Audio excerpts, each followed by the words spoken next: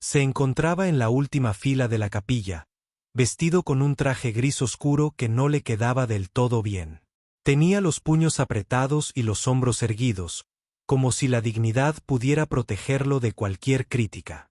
Nadie le dirigió la palabra. Nadie le preguntó su nombre. Era simplemente un extraño en la sala. Pero el hombre del ataúd, el que estaba rodeado de flores, homenajes y palabras cuidadosamente elaboradas, le había susurrado cada noche antes de dormir: «Eres mi hogar». Nathaniel Brooks nunca había imaginado que el amor pudiera ser tan invisible. Durante 8 años, había compartido su vida con Cassian Ward, un profesor de literatura que podía citar a Oden de memoria, pero que nunca había encontrado el valor de decir una sola frase en voz alta a su familia: «Amo a un hombre». Su apartamento en Chicago había estado lleno de música suave, libros de segunda mano y el aroma del incienso de Cassia. Sus fines de semana eran tranquilos y predecibles: panqueques los domingos, paseos junto al lago y la confort de tener a alguien a quien regresar. Pero, cuando la salud de Cassian comenzó a deteriorarse, la vida tranquila que habían construido empezó a desmoronarse.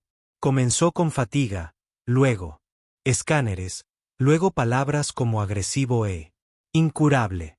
A pesar de todo, Nathaniel permaneció a su lado. Cada visita al hospital, cada noche en el suelo de la clínica, cada oración susurrada que Cassian nunca pronunció en voz alta, sino que puso en las manos de Nathaniel. Cuando Cassian falleció, no había títulos legales, ni uniones civiles registradas, ni casillas marcadas junto a los familiares más cercanos. Así que cuando llegó la llamada de Missouri, donde vivía la familia de Cassian, no era para invitar a Nathaniel al funeral.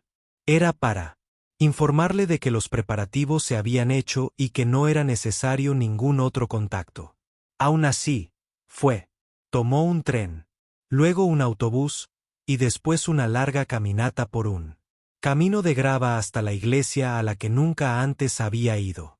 Llevaba una corbata negra impecablemente planchada, una carta que Cassian había escrito pero nunca enviado, y el recuerdo de unas manos entrelazadas sobre sábanas de hospital. Llegó temprano, encontró el último banco y se sentó en silencio. La ceremonia comenzó sin él.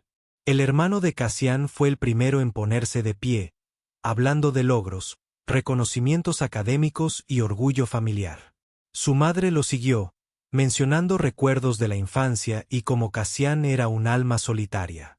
Nadie habló de música, nadie habló de bondad, y ciertamente nadie mencionó al hombre cuya vida entera había girado en torno a evitar que los últimos años de Cassian se derrumbaran bajo el dolor.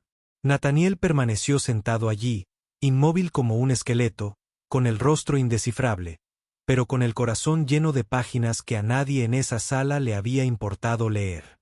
Cuando terminó la ceremonia, los invitados pasaron junto al ataúd, susurrando condolencias, con lágrimas que brillaban bajo la luz de la iglesia. Nathaniel fue el último. Se acercó. Lentamente, el pasillo parecía interminable. Ante el ataúd, no lloró. Simplemente depositó la carta sin perfume con delicadeza sobre el pecho de Cassian y susurró, apenas audiblemente: «Recuerdo a una mujer al final de la fila mirándolo con recelo, como si no supiera si llamar a seguridad o hacer como si no existiera». Se giró, salió al frío aire de Missouri y pensó: «Ya está. Esto es todo lo que me permiten». Pero el destino aún no había terminado. Cuando Nathaniel llegó al final del aparcamiento, un hombre alto con un abrigo de lana oscuro salió de las sombras. Llevaba un maletín de cuero en una mano, y una voz tan tranquila que hizo que Nathaniel se detuviera. En seco. «¿Eres Nathaniel Brooks, correcto?», preguntó el hombre. Nathaniel asintió lentamente. «Soy Víctor Gale, el abogado de Cassian. Hay una razón por la que estoy aquí hoy. El señor Ward dejó algo que solo usted debe escuchar». Y así, Al hombre al que no se le permitía llorar su pérdida, se le entregó la llave de algo cuya existencia desconocían todos los demás en esa iglesia. Escuchar lo que Cassian había dejado atrás. No se pierda la siguiente parte de esta historia. Suscríbase ahora a Historias Crudas, donde el amor verdadero nunca se entierra. Nathaniel no respondió de inmediato. No estaba seguro de poder hacerlo. Abrió la boca, pero no le salieron las palabras. Hacía menos de una hora que había estado junto al ataúd de Cassian, solo en una sala llena de gente que fingía que nunca había existido. Ahora, este desconocido, un hombre con zapatos lustrados, y la quietud de quien lidia con el dolor en papel, le decía que Cassian había dejado algo atrás. Víctor Gyle le entregó a Nathaniel un sobre blanco, con un sello plateado. Dentro había una llave, una breve nota escrita con letra cuidada, y la dirección de un bufete de abogados. La llave tenía la etiqueta de Suite 307. La nota solo decía: no dejes que definan lo que fuimos. Siempre te elegí a ti.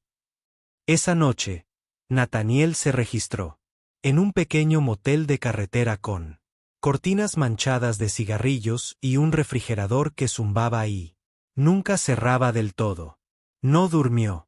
Se quedó tumbado en el colchón, con los dedos aferrados a la llave como si pudiera desaparecer si la soltaba. A la mañana siguiente, entró en el bufete con la tranquila energía de quien ya no tenía nada que perder. Víctor ya estaba allí, sentado tras un amplio escritorio de roble. Se puso de pie cuando Nathaniel entró e hizo un gesto hacia la silla frente a él. Sin charla trivial, sin condolencias, solo un asentimiento de respeto que se sintió más sincero que cualquier cosa que Nathaniel hubiera dicho. Había oído hablar de él en los últimos días. Sin decir palabra, Víctor abrió una pequeña caja fuerte detrás de su escritorio y sacó una computadora portátil. La colocó entre ellos, abrió una carpeta etiquetada como personal de Cassian Ward y abrió un archivo de video llamado para Nathaniel MP4.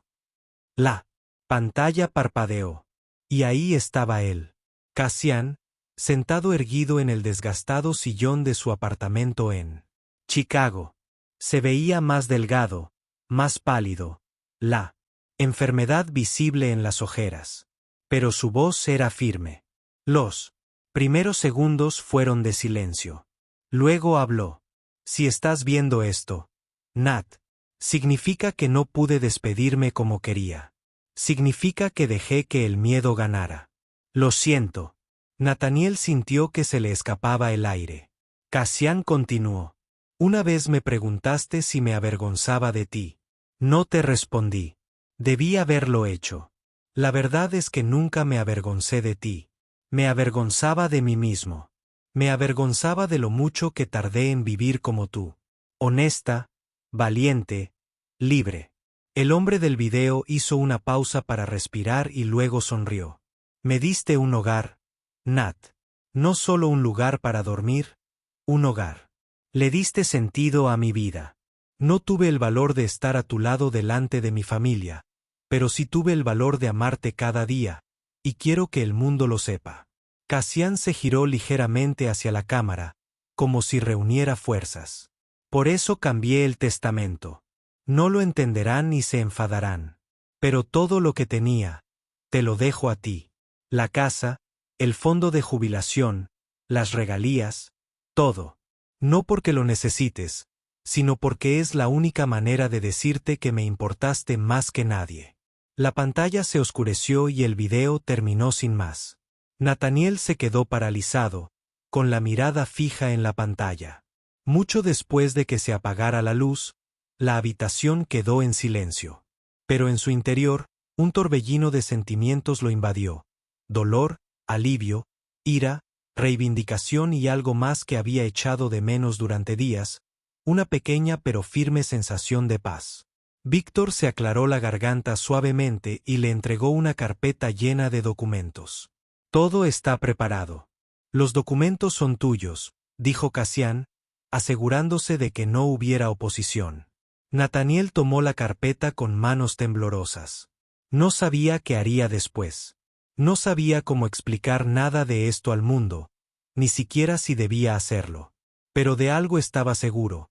Cassian no lo había olvidado, no lo había borrado de su vida, no había permitido que su amor fuera relegado a un segundo plano. Al salir al frío aire de Missouri, el cielo estaba cargado de nieve que aún no había comenzado a caer. Levantó la vista y luego cerró los ojos. El dolor seguía ahí, pero ahora tenía espacio para coexistir con el amor. Y a veces eso bastaba. Nathaniel se marchó de Missouri sin dirigirle una palabra más a la familia Ward. No les debía nada. Ni explicaciones, ni perdón, ni siquiera su presencia. Lo que se llevó consigo a casa era más pesado que el dolor. Era reconocimiento. Era prueba.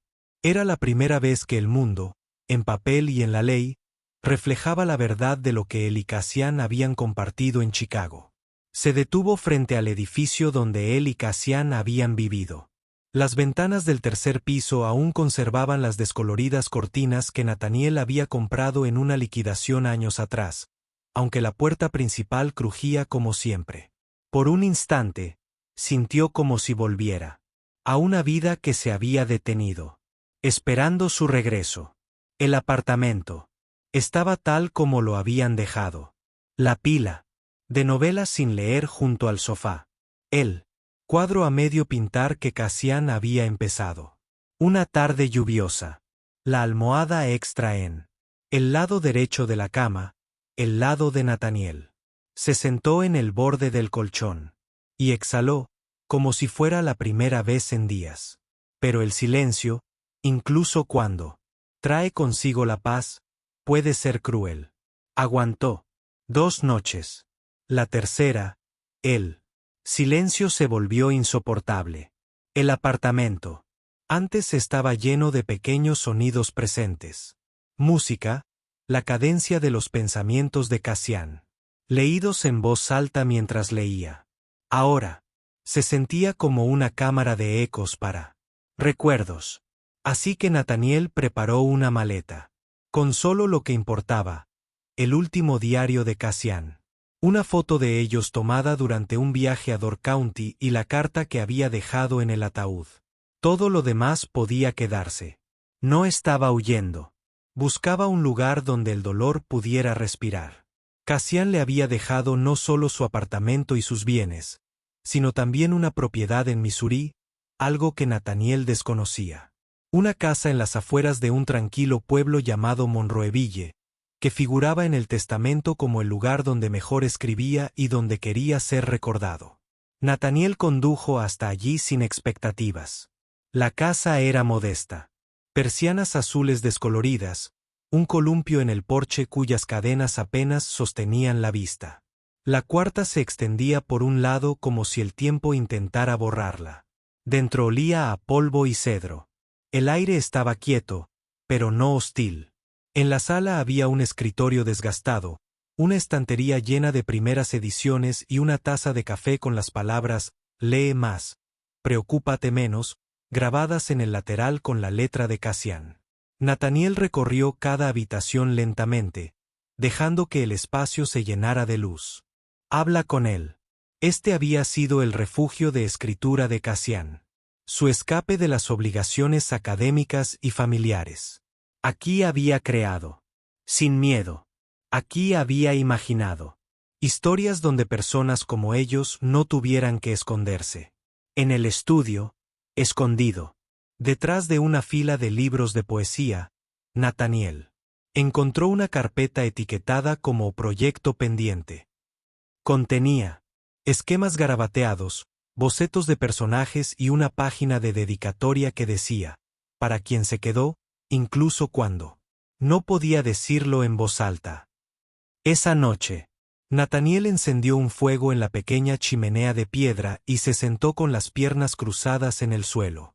No lloró, solo escuchó el crepitar de las llamas y el dolor en sus huesos. El peso de ser recordado, no como una nota al pie, sino como la historia completa. A la mañana siguiente, Nathaniel tomó una decisión. No vendería la casa. No la dejaría vacía ni la convertiría en un museo del dolor. Lo convertiría en algo que Cassim nunca tuvo de niño. Algo que muchos aún no tienen. Un espacio donde el amor no tuviera que susurrar. Abrió un cuaderno nuevo y escribió 3 palabras en la primera página: la casa Emerson. Un lugar no para los muertos, sino para los vivos, los que quedaron atrás, los borrados, los que aún intentan creer que su amor fue suficiente. Habría libros, habría música, habría gente sentada en sillas solo para escuchar.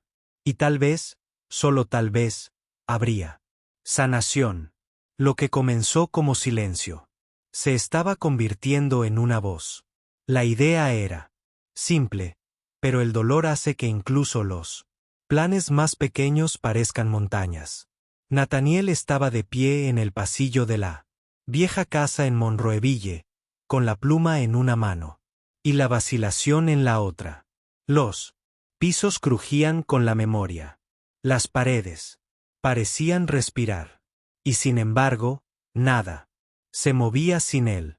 Comenzó con lo que sabía que el silencio duele. Así que llenó las habitaciones de sonido. Trajo libros, algunos de su apartamento, otros donados por vecinos que no hicieron preguntas cuando dijo: es para un espacio donde la gente pueda sentarse y sentirse segura.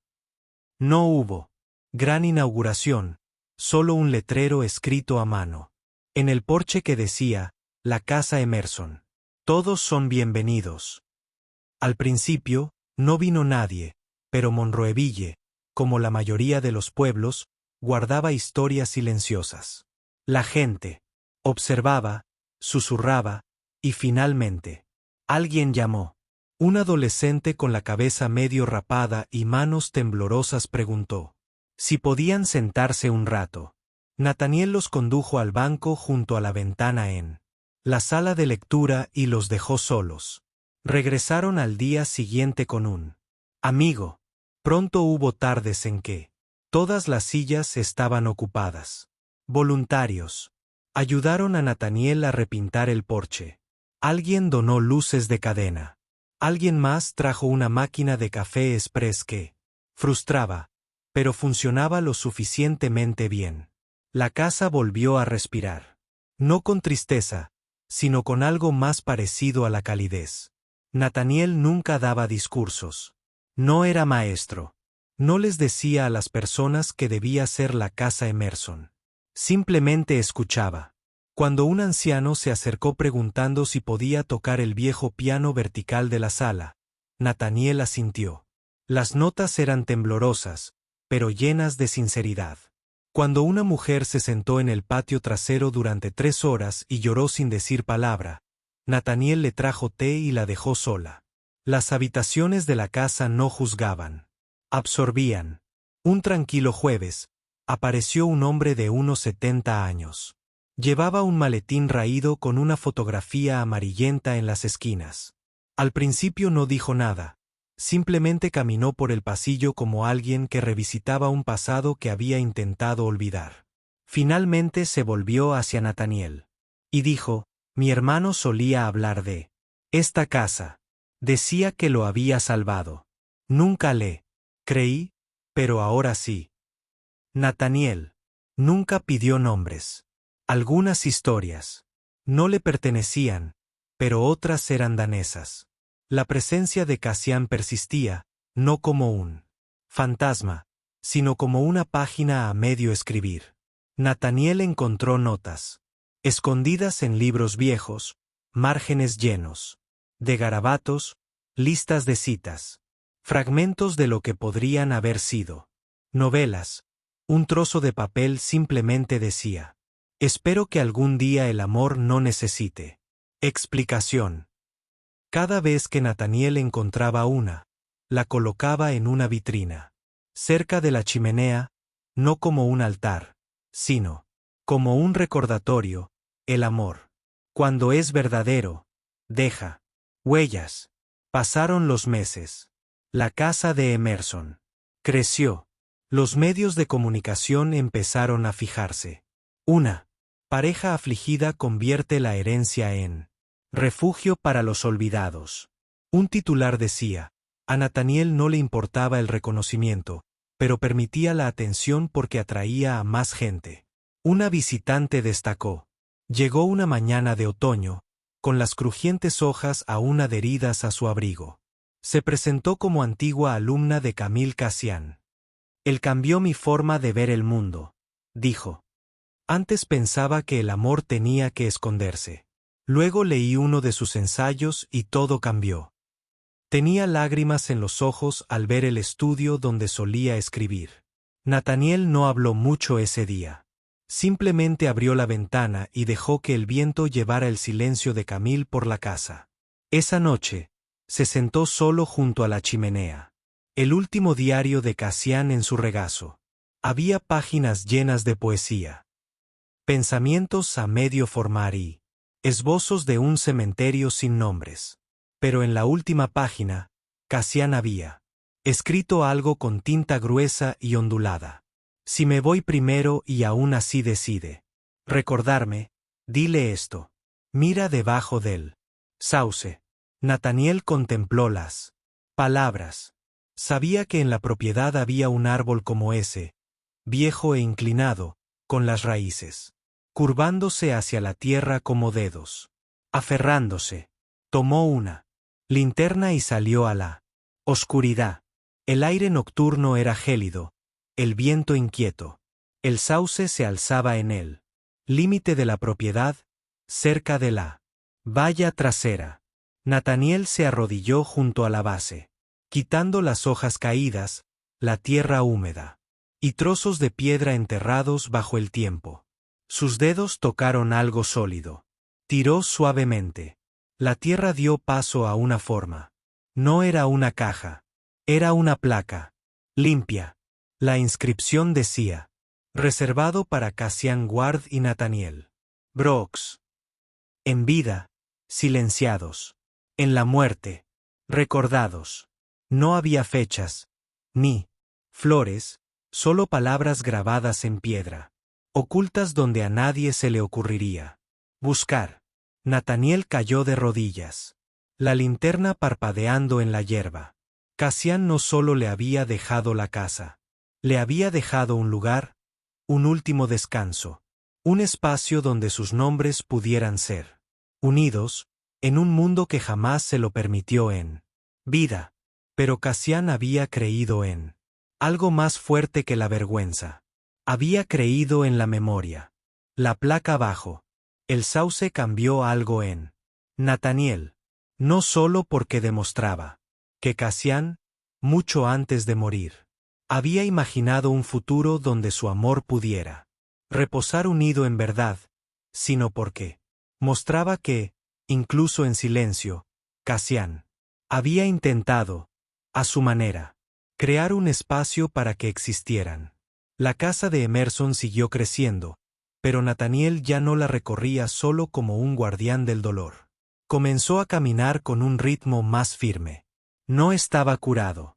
El dolor no desaparece así, pero se volvía más firme, como si el amor hubiera dejado un mapa y él finalmente estuviera aprendiendo a leerlo. Mandó restaurar la placa, limpiarla, conservarla y finalmente, la colocó en el jardín conmemorativo detrás de la casa.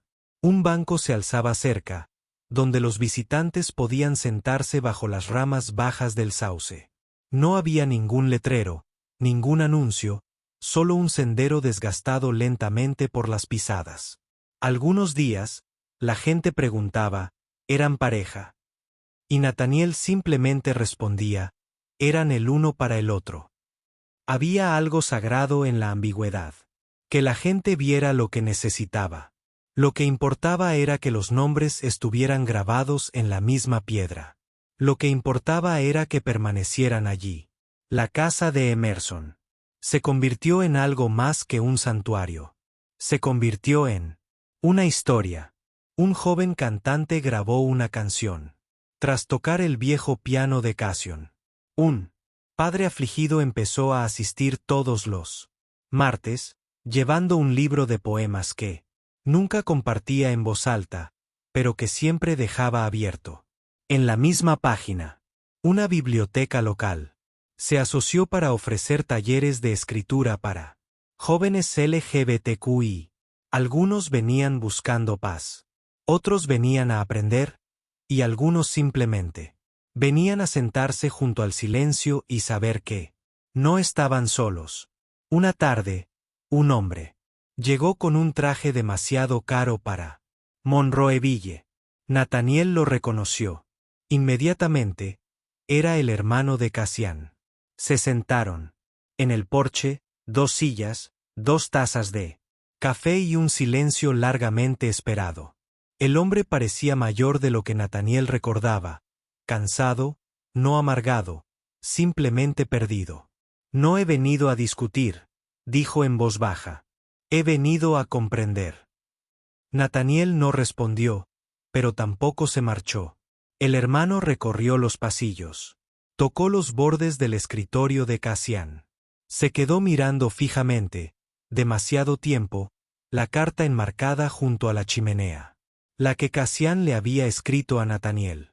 Ahora colgaba no como prueba, sino como promesa. Cuando regresó al porche, dijo solo una cosa: has construido algo de lo que él estaría orgulloso. Nathaniel no sonrió. Simplemente asintió. Era suficiente. Las estaciones cambiaron. Las hojas cayeron. La nieve llegó y se derritió. El tiempo hizo lo que siempre hace: avanzar sin pedir permiso. Pero la casa de los Emerson permaneció. Aún pequeña, aún tranquila, aún llena. Y bajo el sauce, la placa permaneció, desgastada suavemente por el viento. Y. La memoria. Nathaniel nunca volvió a casarse. No lo necesitaba. Vivía rodeado de voces, de risas en habitaciones que antes solo conocían a eco. A veces se sentaba bajo el árbol y leía en voz alta los pasajes que Cassian nunca publicó. A veces no decía nada, pero siempre permanecía allí. Una mañana, un visitante de otro estado se detuvo a verme. Le preguntó a Nathaniel qué era la casa en Kalin. Museo, biblioteca, centro de terapia. Nathaniel pensó un momento y luego dijo: es un hogar para lo que el mundo intentó olvidar. El hombre no preguntó nada más. Y tal vez eso era todo lo que necesitaba hacer. Porque para aquellos que fueron borrados del mapa, que su nombre sea recordado, incluso en piedra, incluso bajo un sauce, puede ser la forma más ruidosa de amor. ¿Alguna vez has visto una historia de amor que el mundo se negó a reconocer hasta que fue demasiado tarde? Cuéntanos en los comentarios. Tu la voz podría ser la sanación que alguien más necesita. Escucha. Suscríbete a eArt Stories para seguir presenciando historias que antes estaban ocultas y ahora se cuentan en voz alta, porque el amor merece ser recordado.